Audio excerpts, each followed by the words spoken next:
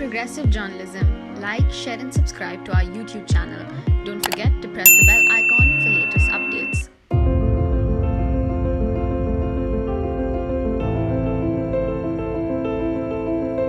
On the occasion of World Heart Day, Karnataka Chief Minister Basavaraj Bommai pledged to walk for 30 minutes daily. He said that he was irregular with his exercise.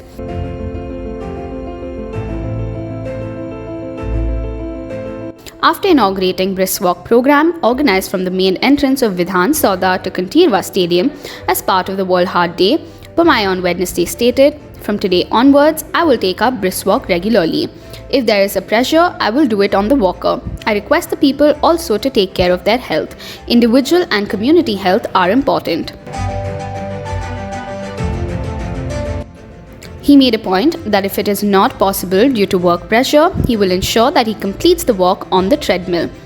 Talking about heart attacks, he said, people should be enlightened about first aid treatment in case of heart attack, and they should also be told about the importance of the golden hour. About 26% of deaths are because of heart attacks in the state, and this has to be brought down.